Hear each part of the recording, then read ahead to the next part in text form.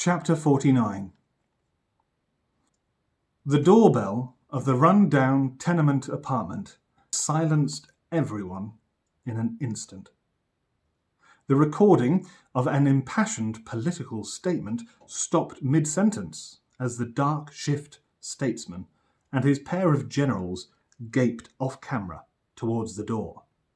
Two urban guerrillas cleaning rifles put down the parts they were holding and reached gingerly for weapons in working order.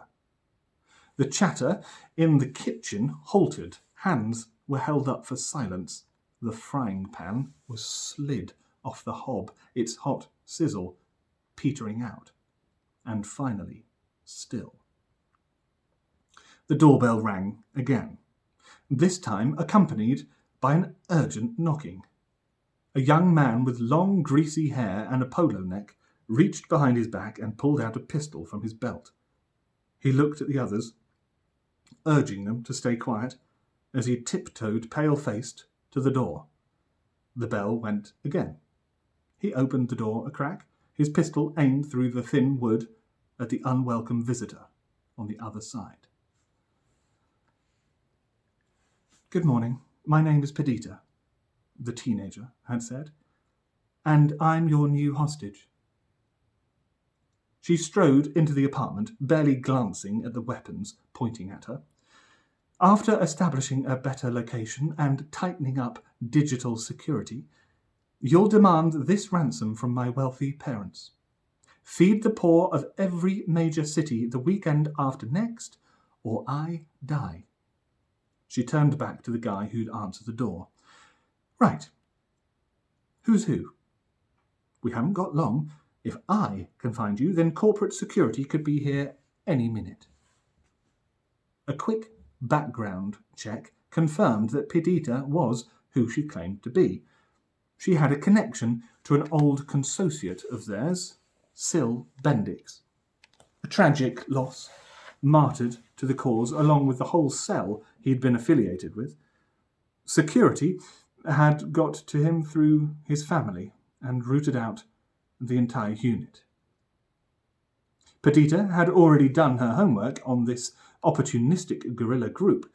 The dark shift liked to make a splash in the media, kidnappings and robberies and other publicity stunts. They grabbed the headlines, although she was a little concerned whether they could really provoke lasting change. Still, after her experiences with the "let's start something" activists, this felt like progress, and a necessary step in her long march towards liberation. The revolutionaries followed Perdita's advice and entered a welcome new chapter in their organization's revolutionary struggle. They'd seen nothing like her before. Some had done jail time, others had dropped out of education early or walked out on their menial jobs. They were a passionate, committed bunch, just not always the wisest. But Perdita was smart, the kind of smart they needed. She got them organized, delegated tasks, helped them anticipate the unexpected. And when she wasn't putting things in order and shaping them into a more efficient operation, she was reading. The Dark Shift had a library of radical literature that they passed around and read aloud in the evenings, enlightening those who weren't literate. "Light comes from the east," they had said. "It will shine on you too." Perdita devoured every book and hollow projection, every pamphlet and audiobook. She even began tattooing her favourite phrases on her body. "They use force to make you do what the deciders have decided you must do." At last, a place to enrich herself, an anarchic nursery raising conspiracies against the capitalist dogs, her own vanguard army to sick on the parasite class. Perdita thought her ransom went relatively well, considering. Her so-called parents coughed up enough funds to distribute free food to a dozen inner-city areas on the designated weekend. The dark shift got some great publicity leading up to the event, a real Robin Hood story. But it turned sour when the crowds that turned up to the handout grew far larger than expected, and mob violence broke out. People stampeded. Many were injured, and a few even lost their lives. Perdita helped the rebels reframe it as a victory with a few learning points for the future. But, she later reflected, you can't make a silk purse from a sow's ear. Mistakes were made. The savoury beach hotel hadn't gone well.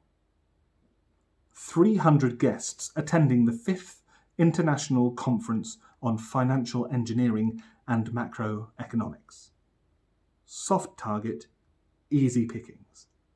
The dark shift planned to storm the keynote speech, empty everybody's accounts via their eyelines, and take a few VIPs hostage. With a gun to their head, they forced the delegates to log into their bank accounts and transfer funds to an untraceable account. Unused to the adrenaline, one of the revolutionaries, covering the line of hostages, got jittery. His shotgun went off. A nearby delegate, a mother of 4, bent over double, staggered, then collapsed on the floor. She wasn't rich or privileged, just a data entry clerk at a bank who'd blagged her way onto a career development scheme which included this conference. The dark shift fled the scene according to the plan Perdita had drilled, meeting in a metal container on an industrial estate. They'd stripped and gathered any material evidence into a pile. After changing into new clothes, they set fire to the bundle and split up. But the last one out of the container wasn't thinking. In their rush to be finished with the whole nightmare, they'd closed the doors tight behind them and locked them fast. All the oxygen in the small metal box was soon consumed. The flames flickered, dwindled, and died before ever really catching. And an absolute treasure trove of traceable evidence was left for the security services, who'd now lost their patience with the dark shift. After the clusterfuck at the savoury beach hotel, Perdita was reluctant to invest more time with the dark shift. The others went into hiding, whilst Perdita contacted another rebel organisation with whom she'd been making ties, the Recusancy. Stories of recusant missions were renowned. They had a reputation for clinical precision.